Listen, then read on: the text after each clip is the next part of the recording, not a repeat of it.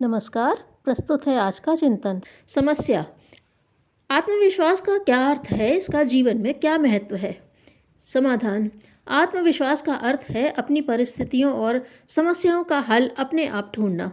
अपने पास जो शक्तियां हैं उन पर विश्वास करना और उन्हें अच्छे काम में प्रयुक्त होने का अवसर देना ही आत्मविश्वास है। उसे इस घटना से अच्छी तरह समझा जा सकता है। इंग्लैंड का राजा मरा, तब उत्तराधिकार की समस्या सामने आई। योग्य व्यक्ति का चुनाव कठिन बात थी। राजपुरोहित मेरलिन को पता था कि जिस व्यक्ति में आत्मविश्वास की भावना न होगी वह एकाएक अर्जित सफलता को लॉटरी में प्राप्त धन की तरह गंवाएगा ही नहीं, जीवन में अनेक अप्रत्याशित बुराइयां और लाद लेगा। उसने उत्तराधिकार के चुनाव का एक अनोखा उपाय निकाला। लोहे की तिपाई में एक तलवार घुसेड़ दी और उसे सभा के मैदान में रखकर कहा, यह तलवार जादू के द्वारा इस लोहे में गाड़ी गई है। जो उसे अपनी शक्ति से निकाल देगा वही राजा बनेगा। दरबार में सन्नाटा छा गया। एक से एक बलिष्ठ और पहलवान लोग बैठे थे, पर सब डर गए। आत्मविश्वास के अभाव में कोई भी उस परिस्थिति का लाभ न ले सका। दरबार में आर्थर नामक एक सैनिक भी बैठा था। उसने सोचा, यह सबसे अच्छा अवसर है।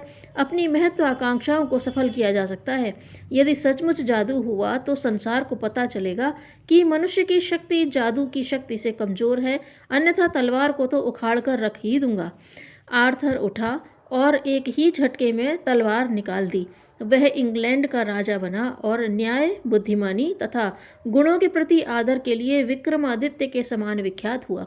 आत्मविश्वास हो तो मनुष्य क्या नहीं कर सकता। जिसे अपनी आत्मशक्ति पर विश्वास करना आ गया, उसके गुणों और कार्य क्षमताओं का विकास होता है। इन्हीं के आधार पर महत्वाकांक्षाओं की सफलता के लिए द्वार खुलते हैं। उसकी सफलता को कोई नहीं रोक सकता। समस्या। परिवार के लिए अच्छा आर्थिक प्रबंध बनाने में सफल हूँ, फिर भी सुख शांति का वातावरण नहीं बन पा रहा है। इसके लिए क्या किया जाना चाहिए? समाधान।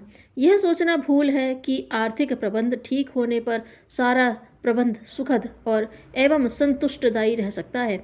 माना कि आर्थिक सुविधा के बिना प्रगति रुक जाती है और असुविधा एवं असंतोष का जन्म होता है। माना कि हम में से हर एक को अपना आर्थिक संतुलन ठीक बनाए रखने के लिए शक्ति भर प्रयत्न करना चाहिए, पर यह भी मान लेने की ही बात है कि इतने मात्र से किसी का जीवन न तो प्रगतिशील बन सकता है और न शांति का वातावरण ही बन सकता है। तथ्य यह है कि शांति, प्रगति और समृद्धि मनुष्यों के स्वभाव पर निर्भर रहती है। अच्छी आदतें जहाँ होती हैं वहाँ पराये अपने बन जाते हैं। परायों को अपना बना लेने के सद्गुण जिनके पास हैं, सचमुच इस संसार में वे ही अमीर हैं। वे जहाँ कहीं भी रहेंगे वहीं उनके मित्र और सहयोगी पर्याप्त मात्रा में पैदा होने और बढ़ने लगेंगे।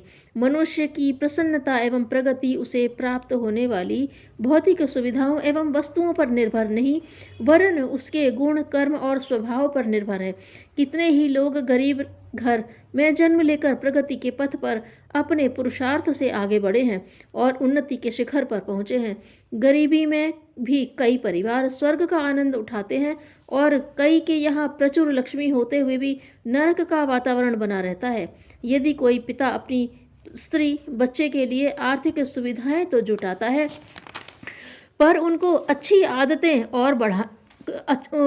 अच्छी आदतों को बढ़ाने एवं बुरी आदतों को हटाने के लिए प्रयत्न नहीं करता, तो उसका परिवार कभी भी शांतिपूर्ण परिस्थितियों में नहीं रह सकता। इसीलिए अपने परिवार को सुखी और समुन्नत बनाना हो तो अपने प्रत्येक परिजन में अच्छी आदतें उत्पन्न करने के लिए जी जान से प्रयत्न करना चाहिए। समस्या। दुर्भावना और सद्भावना रखने वाले व्यक्तियों की स्थिति में क्या अंतर होता है? समाधान। दुर्भावनाओं वाला व्यक्ति किसी का थोड़ा भी अभ्युदय नहीं देख सकता।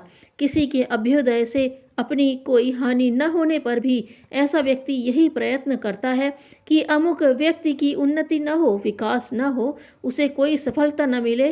किंतु जो प्रयासशील है, प्रयत्न कर रहा है, उसकी उन्नति तो होती ही है।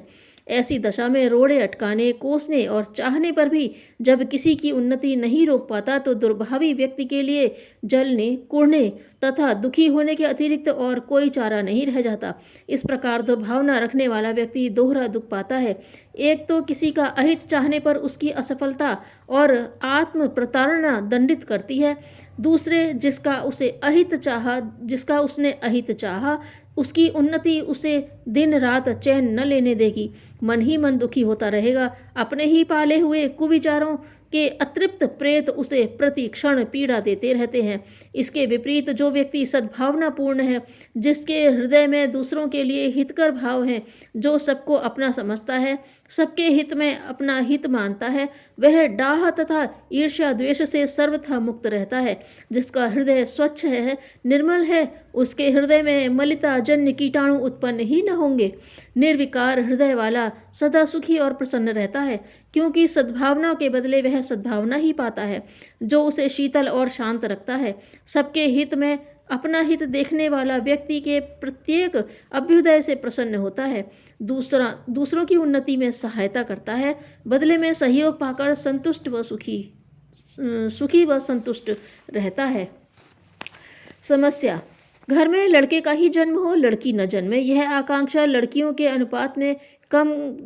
अनुपात को कम करती जा रही है। क्या यह स्थिति समाज के लिए उचित है? समाधान, लड़कियों का जन्म न हो तो अगली पीढ़ी को कौन जन्म देगा? तब तो नर नारी में से कोई भी पीढ़ी अधिक दिनों तक चल नहीं सकती। नारी के बिना समाज का क्रियाकलाप नहीं चल सकता। वह पीढ़ियों की सृष्टा है। जन्म देने की भूमिका न निभाए तो मानव जाति का अस्तित्व ही खतरे में पड़ जाए। विज्ञान जगत के जितने भी आविष्कार हुए हैं, वे सम्मिलित रूप से भी ऐसी वैकल्पिक व्यवस्था नहीं बना सकते कि प्रकृति की यह सनातन व्यवस्था यथावत चलती रहे।